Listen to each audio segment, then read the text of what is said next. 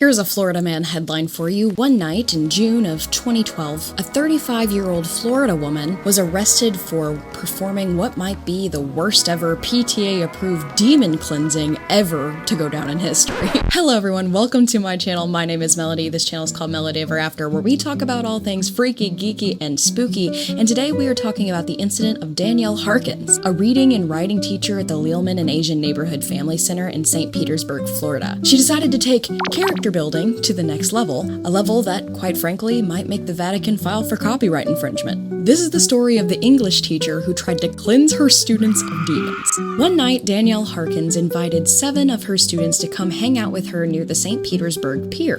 What you'd expect to be a wholesome beach hangout of maybe guitar playing, bonfire hanging out, weenie smoking, chilling by the beach, sacrificing the immortal souls that inhabit your blood to the Lord of the bonfire flames, typical Florida stuff. The group reportedly gathered around the fire and began chanting and dancing, as you do when your teacher invites you to your typical off-campus study session. Duh. And that's when Harkins told them to start cutting their flesh. She told the students that by cutting their flesh and cauterizing the wounds, it would release evil spirits from within their skin. Just so we're being clear, I want to make it obvious that that is not sound medical advice. When some of the students were hesitant to cut themselves to release these demons, she began to take matters into her own hands. She reportedly broke a bottle and cut the back of a student's neck with it. Then, to seal the wound, she heated up a metal key over a lighter and pressed it to the cut. I don't know what kind of curriculum she was following, but I don't think human branding was going to be on the syllabus. She even used the broken bottle to cut a second student's arm, and then when the arm wouldn't take flame from the lighter, she reportedly doused it in perfume before setting it ablaze, resulting in the student having second-degree burns. These were all minors, by the way. I want to make that clear. Alright kiddos, today we're learning about metaphors. Have any of you ever heard of the Human Torch? The craziest thing is this wasn't stopped on site. The teacher wasn't arrested on site, and all the students eventually just kind of dispersed and went home. The weird thing is,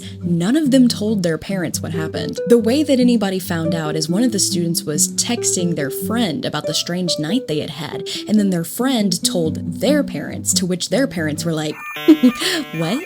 She did what? That's when the cops got involved. Harkins was arrested on an account of child abuse, a first-degree felony under Florida law if it causes bodily harm, and her bail was set to $55,000. Cha-ching! This story doesn't add up, and I think what's really interesting is the actual descent into madness and all of the details we don't have. How does a high school to middle school English teacher go from practicing Charlotte's Web to full-on enacting The Exorcist? I want to make clear that all of these students were underage, but according to my findings, they're all okay.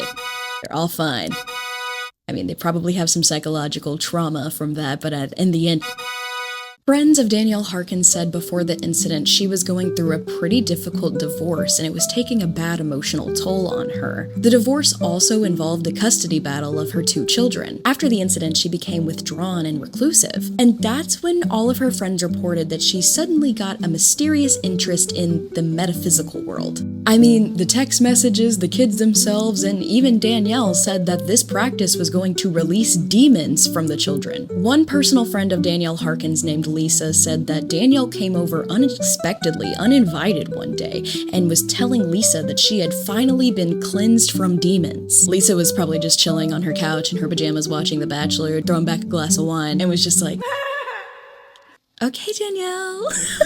If my friend did this, psych ward. I'm sorry. Whoa, what do you mean? What do you mean you cleansed yourself of demons? What did you do? None of Danielle's friends or family know the cause of this psychotic break, or admittedly know the cause of this psychotic break, but it's clear that something happened that changed Danielle's demeanor, because many people say that up until the divorce, she wouldn't have been pegged for this sort of thing. The next details are, she was a teacher. How did we let this happen? Here's the thing. All 7 kids were of Asian descent, and I want to speculate here, but if I hazard to guess, I think they were probably children of immigrants. This is because the place that Danielle Harkins taught at wasn't actually any kind of public school. It was the Lealman Asian Neighborhood Family Center. This is a place that helps non-English speaking families learn how to assimilate to American English society. You learn basic life skills like how to file your taxes, file medical forms, there are English classes, how to run your business, how to find work, that kind of thing. So it wasn't actually a school. I did some personal digging and I went to the website of this facility where Danielle Harkins worked. What I saw is that they offer 4 basic programs. They offer Vietnamese to English, Lao to English, Spanish to English, and then English. On top of teaching families and adults life skills, they also offer youth programs. They have 2 primary youth programs from what I can tell. The first youth program focuses on kids from 3rd to 8th grade, so we're talking like 9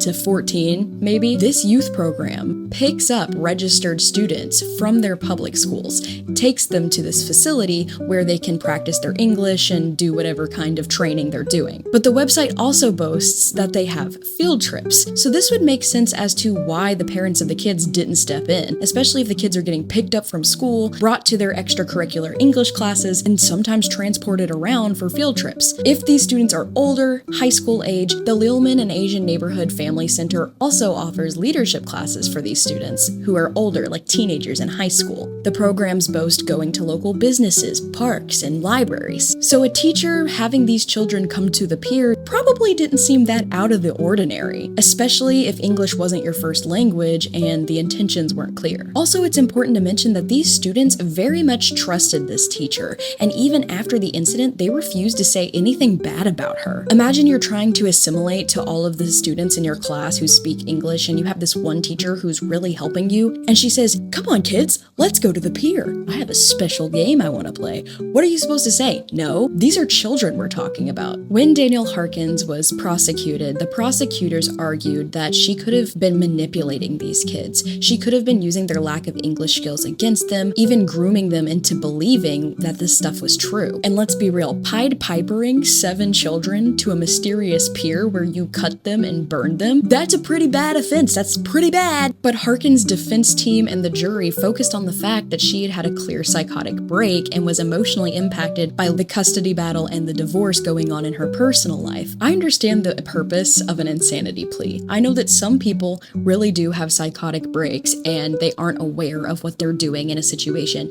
and they aren't aware of the consequences. But I also think that this situation is extremely unique because that woman was in a place of power over these children. She was employed, and up until the divorce, she had had no signs of causing any issues. The water is murky on how much these children believe. They could have actually went with her because she groomed them into believing that this stuff that she was saying about demons was true. There's also speculation that she used their lack of English skills to manipulate them and convince them to come with her. At the end of the day, Harkins got off with an extremely light sentence, and this was because only one of the 7 teenagers were even willing to testify against her in court. Given that she literally abused 2 children and pipered 5 others to come hang out with her for her little demon cleansing session, this could have been a huge case that led to her having multiple decades in jail. But because only one child was willing to come forward and testify, she only was booked with 1 case of child abuse. And because it was a one-time incident and she didn't have any history of doing it for a long period of time, she was in prison for less than 5 years and has since been released and kept her name out of headlines ever since. I honestly hope that this was some kind of mental break and she has since gotten the kind of therapy and help that she needs from medical and mental professionals, because I also feel like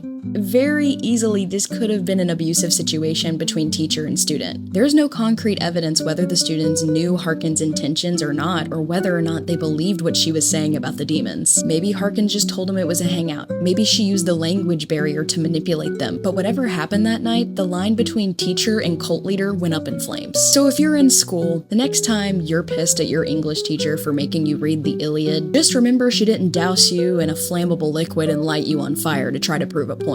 The people of Florida are built different. My name is Melody. If you enjoyed this video, I would really appreciate it if you checked my channel out. My channel focuses on all things freaky, geeky, and spooky, like true crime, unsolved mysteries, urban legends, horror, video games, horror movies, etc. So if any of that interests you, I'd really appreciate it if you checked me out. I'll catch you in the next one. Until next time.